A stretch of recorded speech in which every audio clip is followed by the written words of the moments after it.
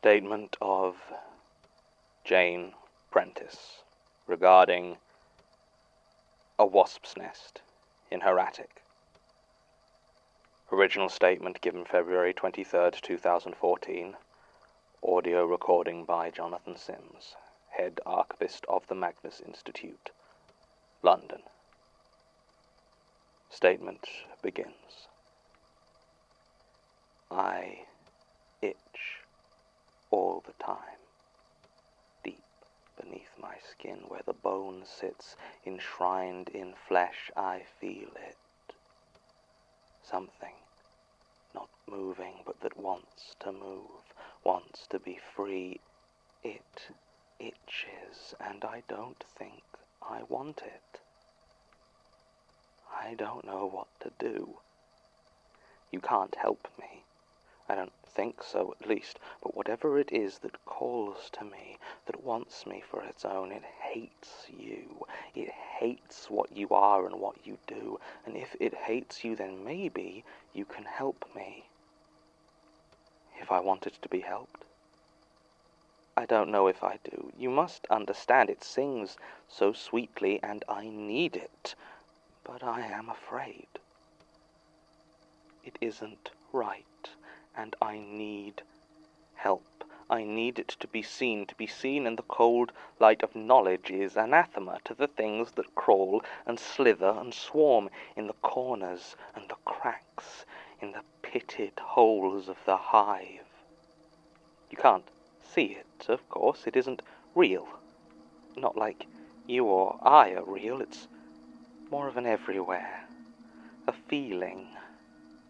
Are you familiar with trypophobia? That disgusted fear at holes, irregular, honeycombed holes, makes you feel that itch in the back of your mind, like the holes are there too, in your own brain, rotten and hollow and swarming. Is that real? I'm sorry, I know I'm meant to be telling you what happened, what brought me to this place of books and learning, of sight and beholding. I'm sorry. I should. I will. I haven't slept in some time. I can't sleep. My dreams are crawling and many-legged, not just slithering and burrowing, though it is the burrowing that draws me. They always sing that song of flesh. I hope you will forgive me for such a rambling story. I hope you will forgive me for a great many things, as it may be I do worse. I have that feeling, that instinct that squirms through your belly. There will be great violence done here, and I bleed into that violence. Do you know, I wonder, as I watch you sitting there through the glass, eating a sandwich, do you know where you are? You called me dear. Have a seat, dear. You can write it down, dear.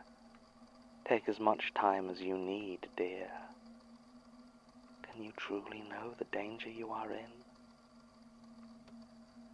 There is a wasp's nest in my attic.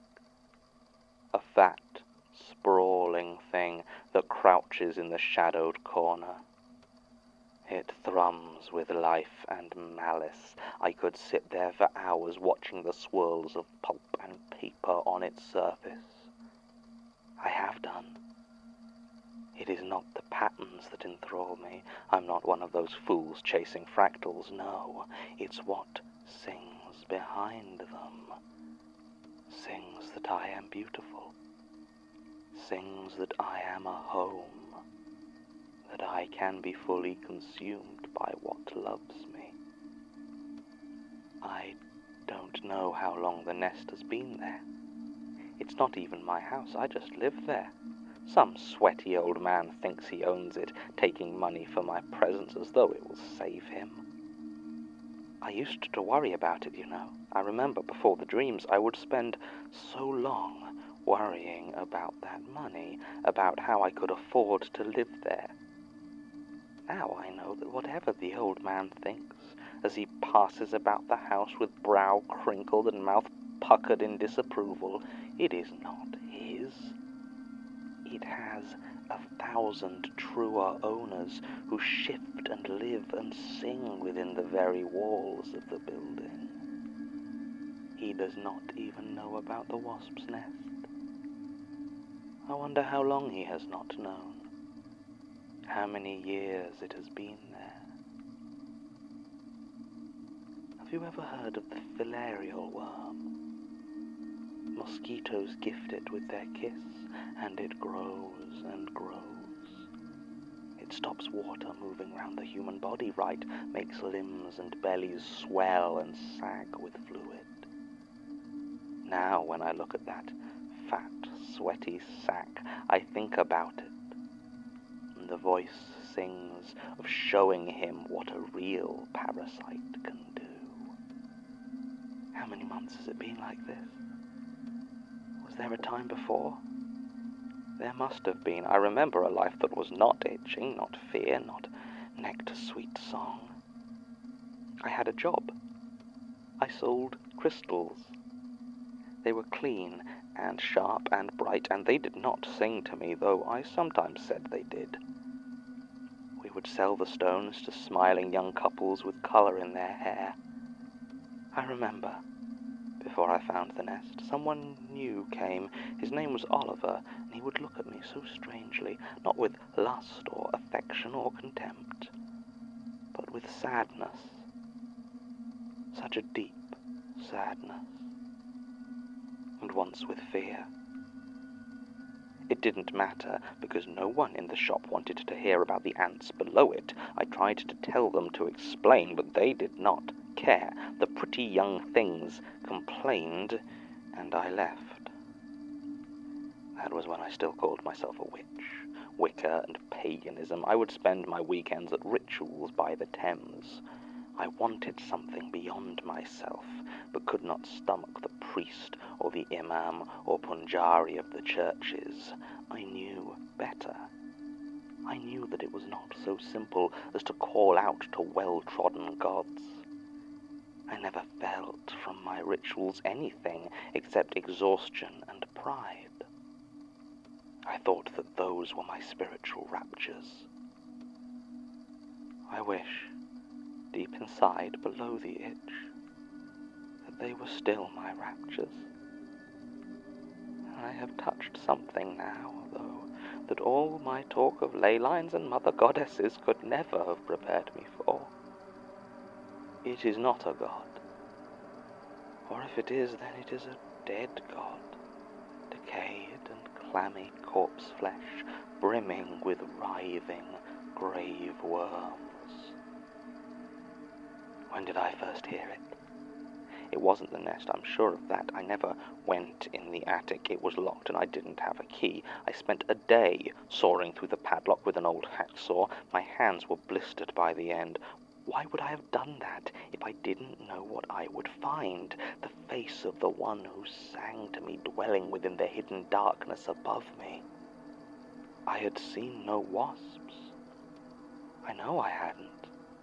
There are no wasps in the nest. So how else would I have known that I needed to be there, to be in the dark with it, if it had not already been singing to me? No, that's not right. The nest does not sing to me. It is simply the face, not the whole face, for the whole of the hive is infinite, an unending plane of wriggling forms swarming in and out of the distended pores and honeycombed flesh. The nest is nothing but paper. Was it the spiders? There were webs in the corners around the entryway into the attic. I would watch them scurry and disappear in between the wooden boards. Where are you going, little spiders? I would think. What are you seeing in the dark? Is it food, prey, predators? I wondered if it was the spiders that made the gentle buzzing song, but it was not. Webs have a song as well, of course, but it is not the song of the hive. I used to pick at my skin. It was a compulsion. I would spend hours in the bathroom staring as close as I could get to my face in the mirror, searching for darkened pores to squeeze and watch the congealed oil worm its way out of my skin. Often I would end with swollen red marks where it had become inflamed with irritation or infection. Did I hear the song then? Was it when I was a child? Such a clear memory of a classmate telling me a blackhead was a hole in my face, and if I didn't keep it clean it would grow and rot. Did I hear it then? Has that image lodged in my mind forever? Or was it last year, passing by a strip of green they call a park near my house after the rain, and watching 100 worms crawl and squirm to the surface? Perhaps I've always heard it. Perhaps the itch has always been the real me, and it was the happy, smiling Jane who called herself a witch and drank wine in the park when it was sunny. Maybe it was her who was the maddened illusion that hides the sick, squirming reality of what I am, of what we all are when you strip away the pretense that there is more to a person than a warm, wet habitat for the billion crawling things that need a home, that love us in their way. I need to think, to clear my head, to try and remember, but remember what? I was lonely before, I know that. I had friends, at least I used to, but I lost them, or they lost me. Why was it? I remember shouting recriminations, and I was abandoned. No idea why. The memories are a blur. I do remember that they called me toxic. I don't think I really knew what that meant, except that it was the reason that I was so painfully lonely. Was that it? Was I swayed and drawn simply by the prospect of being genuinely loved? Not loved as you would understand it. A deeper, more primal love, a need as much as a feeling, love that consumes you in all ways. You can't help me. I'm sure of that now. I have tried to write it down, to put it into terms and words you could understand, and now I stare at it, and not a word of it is even enough to fully describe the fact that I itch. Because itch is not the right word.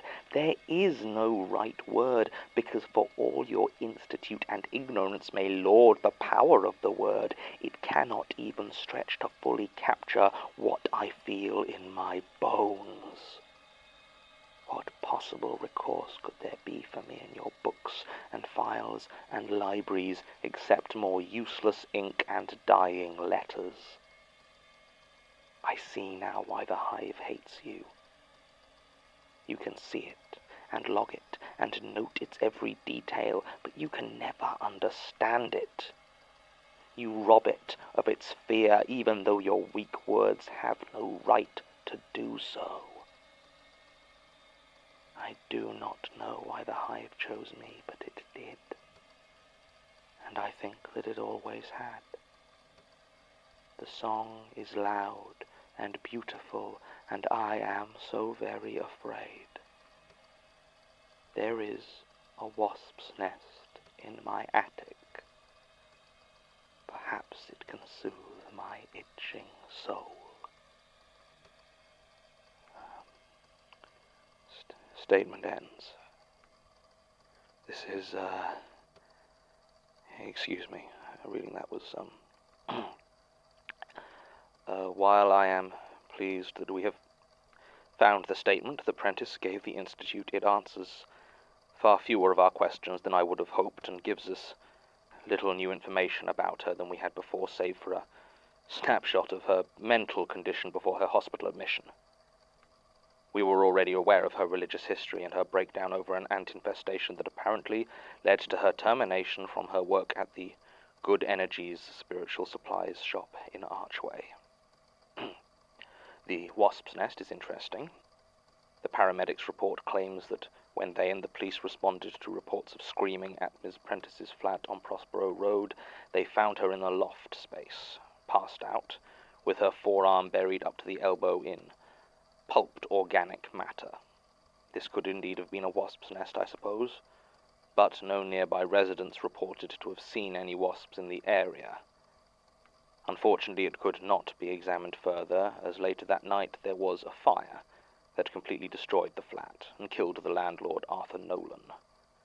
The fire service determined he had fallen asleep with a lit cigarette due to the fact that he was found sitting in the remains of an armchair with no sign he had made any attempt to escape.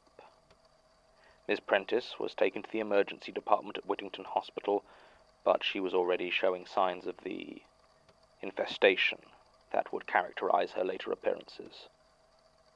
6 hospital staff were attempting to treat and sedate her when many of the worms were violently expelled from her body.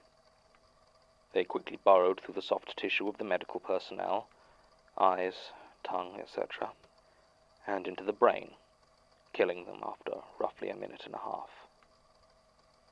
She then walked calmly out of the door to A&E. A nurse attempted to run, but in his panic, he tripped on the stairs and broke his neck. Then she was gone. The institute was consulted, as apparently during her admission she had claimed that she was being possessed. But it was decided the situation was medical in nature, and our involvement was dropped in favor of what I can only describe as a cover-up. If we'd known about this statement, perhaps things might have been different, but here we are. Still, anyone who's familiarized themselves with her file could tell you this. We still don't have any evidence that Prentiss is actually paranormal. It could just be an unknown aggressive parasite. There are weird things out there that are perfectly natural.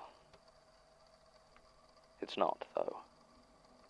I know it's not natural. Somehow I feel it. I'm sorry. My academic detachment seems to have fled me. Something in this statement has got to me a bit.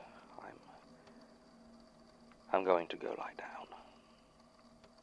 End recording.